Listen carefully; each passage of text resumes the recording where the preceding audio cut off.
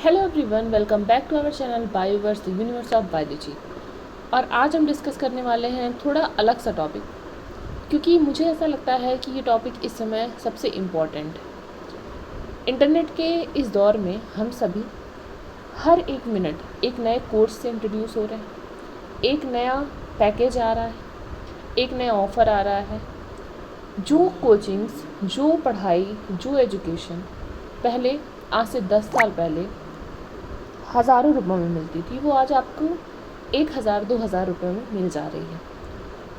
और online coaching का ये दौर एक बहुत बड़ी त्रासदी लेकर भी आया है। मैं कौन सी त्रासदी की बात कर रही हूँ, ये आपको आगे वीडियो में पता चलेगा। तो प्लीज़ इस वीडियो को बहुत ही अटेंशन के साथ देखें, क्योंकि हमारा अटेंशन स्पैन जितना कम हो गया है, तो मुझे आपको रिकग्नाइज़ करवाना पड़ेगा, बार बार रिमेंबर करवाना पड़ेगा कि आपको अपने अटेंशन के साथ ये वीडियो देखनी है। तो चलिए स्टार्ट करते हैं। हम एक एक करके जो है इस टॉपिक में बात करेंगे।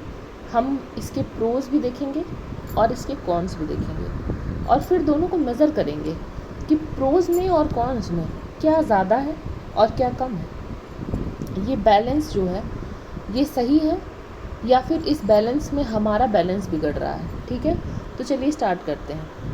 सबसे पहले हम इसकी अच्छाइयों की बात कर लेते हैं। नो मैटर कि आप क्या बोलें, सबको ये मानना ही पड़ेगा कि ऑनलाइन कोचिंग ने एजुकेशन की रीच को बढ़ाया है। एजुकेशन की रीच को बढ़ाया है, हर एक तबके के इंसान के लिए इसे अवेलेबल करवाया है। ठीक है, मतलब अगर वो कोई भी कितना भी गरीब बच्चा हो, बहुत सारी ऐसी चीज़ें हैं जो फ्री में अवेलेबल हैं, और जो पेड भी हैं वो भी मतलब अफोर्डेबल प्राइस पे रहती हैं। जो ऑनलाइन जो व्यवस्था है उसकी मैं बात कर रही हूँ। ठीक है, मोस्टली, क्योंकि अब तो धीरे धीरे इसमें भी इंक्रीज़ होने लगे हैं, बट मोस्टली जो ऑनलाइन व्यवस्था है वो ऑफ़लाइन व्यवस्था से कम खर्चीली है। और आपके पास एक और बहुत ही अच्छी चीज़ रहती है, रेपिटेटिवनेस। आप उसे बार बार रिपीट करके देख सकते हैं अपने लेक्चर्स को, और अगर आपको कोई डाउट होता है तो आप उसे बार बार लेक्चर्स को रिपीट करके देख सकते हैं, जो कि ऑफलाइन कोचिंग में पॉसिबल नहीं हो पाता है।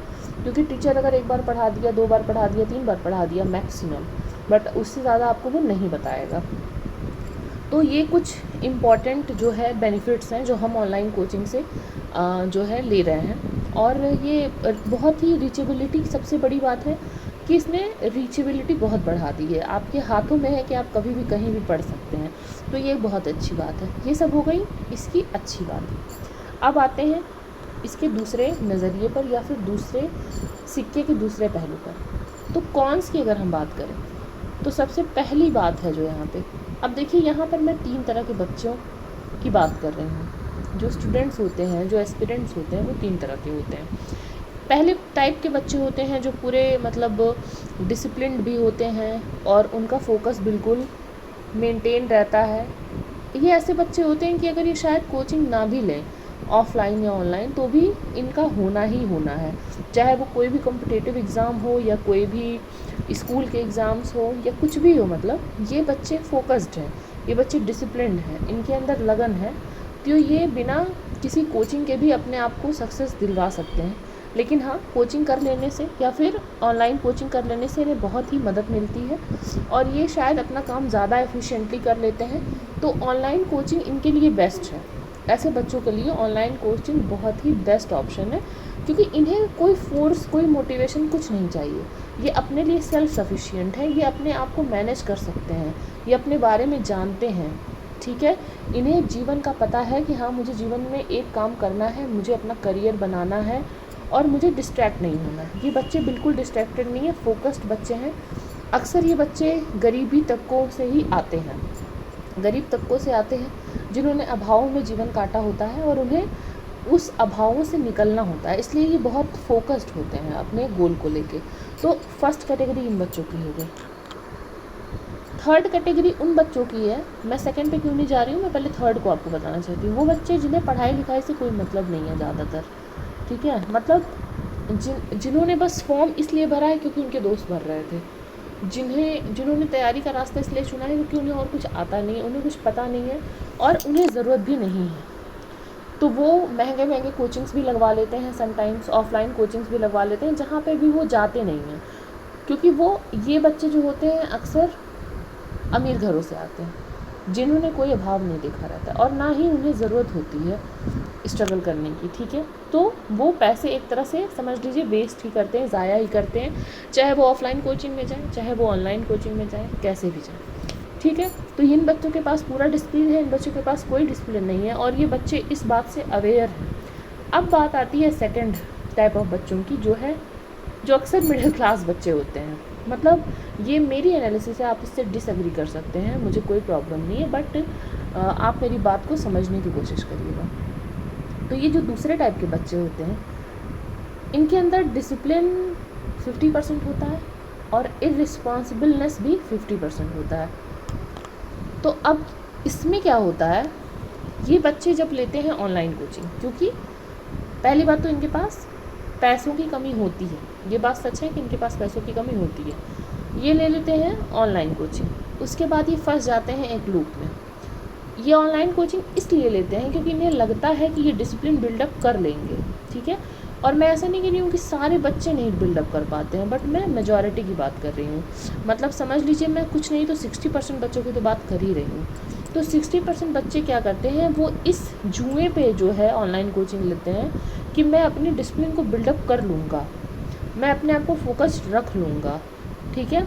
लेकिन जब वो अकेले कमरे में बैठ के पढ़ते हैं ऑनलाइन कोचिंग में, लेक्चर्स देखते हैं, तो ना उन्हें लेक्चर देखकर उसको किस तरह से यूटिलाइज़ करना है ये तरीका पता होता है, ना उन्हें लेक्चर के साथ साथ बुक को कैसे कोरिलेट करना है ये पता होता है।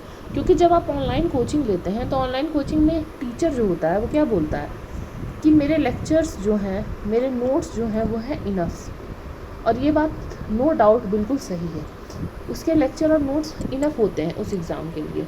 लेकिन एक जो स्टूडेंट होता है, अगर वो इतने मतलब जिसको कहते हैं पायनियर स्टेज ऑफ लाइफ पे, अगर वो कुछ ऐसे जो स्किल्स हैं वो डेवलप ना करे, जैसे कि मेरे कहने का मतलब है सबसे पहले रीडिंग स्किल्स, या फिर जिसे हम कॉम्प्रहेंशन कहते हैं, ठीक है। कोई चीज़ पढ़ के उसका अर्थ निकालना, उस अर्थ को समझना और फिर उसे आसान शब्दों में लिखना, कॉम्प्रहेंशन जो है ये एक बहुत बड़ी स्किल है। तो बच्चा जब सीधे लेक्चर से ही अपनी तैयारी करता है और किताबों को नहीं छूता है, तो क्या होता है, उसकी कॉम्प्रहेंशन स्किल ख़राब हो जाती है, नहीं डेवलप कर पाती है। हमेशा बच्चे रेस में लगे हुए हैं कि हमें ये एग्ज़ाम निकालना है, ये एग्ज़ाम तो निकालना है, लेकिन वो एग्ज़ाम निकालने के बाद क्या, जब उस एग्ज़ाम के बाद जो आपका जो पढ़ाई है वो पढ़ने के लिए आपके पास स्किल्स ही नहीं होंगे, वहाँ पे तो कोई कोचिंग नहीं काम आएगी, आपको ही स्ट्रगल करना होगा। तो ये जो कॉम्प्रहेंशन वाली स्किल है, साथ साथ में नोट मेकिंग वाली स्किल है, ठीक है, आपको सब कुछ पका पकाया मिल रहा है, तो आपको मेहनत करनी ही नहीं पड़ रही है, नोट मेकिंग हो गई। और साथ ही साथ यहाँ पे क्या दिक्कत है, आपको जो है आउटर मोटिवेशन नहीं मिलता है। अब आउटर मोटिवेशन की बात मैं बताती हूँ, एक्सटर्नल मोटिवेशन क्या मैं कहना चाह रही हूँ ये समझाती हूँ आपको। ऑनलाइन कोचिंग और ऑफलाइन कोचिंग में सबसे बड़ा जो डिफरेंस है वो है क्लास का, क्लास के डेकोरम का। जब आप ऑफलाइन कोचिंग करते हैं तो आप बच्चों के साथ पढ़ते हैं, आपका फिज़िकल इंटरेक्शन होता है। इंसान जो है एक सोशल एनिमल है, ठीक है, इंसान अकेला नहीं रह सकता, उसे लोग चाहिए। जब आप क्लास में जाते हैं ऑफलाइन कोचिंग तो आप देखते हैं कि 4 बच्चे, आपको वो क्वेश्चन नहीं आता और 4 बच्चों को क्वेश्चन आता है, तो एक सेंस ऑफ कंपटीशन बिल्ड होता है। और ये मैं नहीं कह रही हूँ कि ये टॉक्सिक कंपटीशन है, ये एक हेल्दी कंपटीशन है, ठीक है। आपको लगता है कि हाँ मैं भी ये करूँ, मैं भी ये देखूँ, उस बच्चे ने आज इतना कंप्लीट किया, उस बच्चे ने आज इतना कंप्लीट किया, तो एक बच्चे के अंदर आ जाता है कि हाँ मुझे भी करना चाहिए, ठीक है। ये थोड़ा सा एक एक्सटर्नल मोटिवेशन, एक पुश के जैसे काम करता है। मुझे पता है कि किसी को भी अगर सक्सेसफुल होना है तो इस पे डिपेंड नहीं रहना चाहिए, लेकिन ये एक पुश जैसा काम करता है और ये एक रियलिटी है, ठीक है। तो ये एक पॉजिटिव चीज़ है ऑफलाइन कोचिंग की, कि जो आपको मदद करती है आपके मोटिवेशन को बूस्टअप करने में, आपको एक कम्पिटिटिव माइंडसेट देने में, ठीक है। आप घर पे पड़े पड़े बिल्कुल कभी भी अंदाज़ा नहीं लगा सकते कि क्या हो रहा है। और साथ ही साथ सबसे बड़ी चीज़ जो है डिस्कशन, ऑफलाइन कोचिंग में जो डिस्कशंस आप करते हैं अपने पीयर्स के साथ, मतलब जो साथ में लोग आपके पढ़ रहे हैं उनके साथ, वो भी बहुत मैटर करता है। कई बार चीज़ें आपको याद रह जाती हैं, तो ये कुछ चीज़ें हैं कि फिर क्या होता है कि ऑनलाइन कोचिंग बच्चा ले लेता है, अब सारी जिम्मेदारी उसके ऊपर है। ऑनलाइन कोचिंग जो इंसान ले रहा है उसमें सारी जिम्मेदारी किसके ऊपर है? उस बच्चे के ऊपर है, ठीक है। अब ये उस बच्चे की जिम्मेदारी है कि वो लेक्चर देख रहा है या नहीं, वो उस लेक्चर को पढ़ रहा है या नहीं, कोई उस पर नज़र रखने वाला नहीं है। तो मैं ये नहीं कह रही हूँ कि सारे बच्चे जो ऑनलाइन कोचिंग लेते हैं वो फेल होते हैं, लेकिन हाँ एक लूप में फंस सकते हैं, चांस है। इसलिए कभी भी अगर आप एक स्टूडेंट हो और ये वीडियो देख रहे हैं तो आपको बहुत अवेयर रहने की ज़रूरत है। अगर आप ऑनलाइन कोचिंग ले रहे हैं तो आपको एक्स्ट्रा कॉन्शियस रहना पड़ेगा। आपको अपने मोटिवेशन पे, अपने डिसिप्लिन पे, ठीक है, और अपने फोकस पे, क्योंकि मानिए या मत मानिए, फ़ोन चलाते चलाते कब इंसान कोचिंग वाले ऐप से निकलकर यूट्यूब पे पहुंच जाता है, इंस्टाग्राम पे पहुंच जाता है, फेसबुक पे पहुंच जाता है, ये उसे खुद भी नहीं पता चलता, ठीक है। तो ये चीज़ें हो गई। अगर आप ऑनलाइन कोचिंग लेते हैं तो आपको मोटिवेशन, डिसिप्लिन और फोकस, इन तीनों चीज़ का बहुत ध्यान रखना पड़ेगा। और सबसे बड़ी बात, आपको हमेशा अपने आप को ये याद दिलाते रहना पड़ेगा कि सिर्फ यही इनफ नहीं है, किताबों की जगह कोई नहीं ले सकता, ठीक है। किताब पढ़ने की आदत आपको बनानी चाहिए, क्योंकि वहाँ से आपको एक होलसम व्यू मिलता है कि आपके टॉपिक का मतलब जड़ कहाँ से निकली। जैसे मान लीजिए अगर आपने कोई, अब मैं ये नहीं कह रही हूँ कि 3 महीने आपके एग्ज़ाम हैं और आप पूरा NCERT निकाल के बैठ जाएं कि मुझे पूरा डीप से चीज़ें पढ़नी है। मैं ये कह रही हूँ कि जब आप स्टार्ट कर रहे हैं तो आप स्टार्टिंग से ही इतने हार मत मान लीजिए कि आपको बस एक लेक्चर सीरीज़ देखकर अपना एग्ज़ाम देना है। कोई भी टॉपर, कोई भी एग्ज़ाम निकालने वाले व्यक्ति से आप पूछेंगे, अपने आसपास आप पूछ कर देख लीजिए, वो हमेशा आपको बुक पढ़ने को बोलेगा।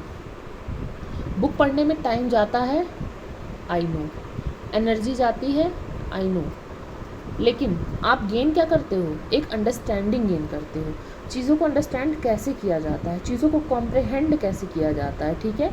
तो ये एक छोटी सी बात थी जो मैं आजकल बहुत नोटिस कर रही थी कि बच्चे जो है क्लास की इम्पोर्टेंस को भूलते जा रहे हैं, चाहे वो ऑफ़लाइन क्लास हो, ठीक है, चाहे वो ऑफ़लाइन कोचिंग की क्लास हो, चाहे वो ऑफ़लाइन आपके स्कूल की क्लास हो, इस क्लास की इम्पोर्टेंस को बच्चे भूलते जा रहे हैं। सुनने में क्या मिलता है कि हमारे स्कूल में पढ़ाई नहीं होती, हमारी कोचिंग में पढ़ाई नहीं होती, टीचर्स जो पढ़ाते हैं वो बिल्कुल ही फालतू होता है, हमें कुछ समझ नहीं आता। ये सब हर एक जनरेशन में बच्चों को लगा है, ये कोई नई बात नहीं है, ठीक है। लेकिन एक क्लास का डेकोरम होता है, क्लास में आप सिर्फ पढ़ने नहीं जाते हो, वो चीज़ें ऑलरेडी बुक में हैं जो वो पढ़ा रहे हैं, और यूट्यूब पे उससे अच्छी अच्छी वीडियोस में वो चीज़ें आपको समझ में आ जाएंगी, ये बात बिल्कुल सही है। लेकिन फिर भी आपको क्लासेस अटेंड करनी चाहिए, स्कूल की क्लासेस तो एटलीस्ट अटेंड करनी चाहिए। और अगर आपने ऑनलाइन कोचिंग ऑलरेडी ले ली है तो ऑनलाइन कोचिंग लेने के बाद आपकी रिस्पॉन्सिबिलिटी भी आपको समझनी चाहिए। अगर आप ऑफ़लाइन कोचिंग ले रहे हैं तो डिसिप्लिन आपको थोड़ा सा, मतलब डिसिप्लिन बना बनाया मिल सकता है। मान लीजिए आप 4 दिन कोचिंग नहीं गए, 5 दिन कोचिंग नहीं गए, छठे दिन वहाँ से फ़ोन आ जाएगा कि आप कोचिंग क्यों नहीं आ रहे हो। बट ऑनलाइन कोचिंग में सारी रिस्पॉन्सिबिलिटी आपकी है। तो कोई भी अगर आपको टेक्निक दी जाती है, कोई भी अगर आपको यंत्र दिया जाता है ना, तो जितना अच्छा यंत्र होता है उतनी ज़्यादा क्या आती है, रिस्पॉन्सिबिलिटी आती है।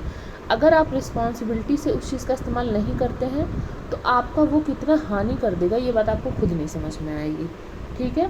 तो आई होप ये वीडियो कुछ फ्रूटफुल होगी, क्योंकि मेरे मन में ये बात थी तो मैंने सोचा कि आप लोगों से शेयर कर दूँ।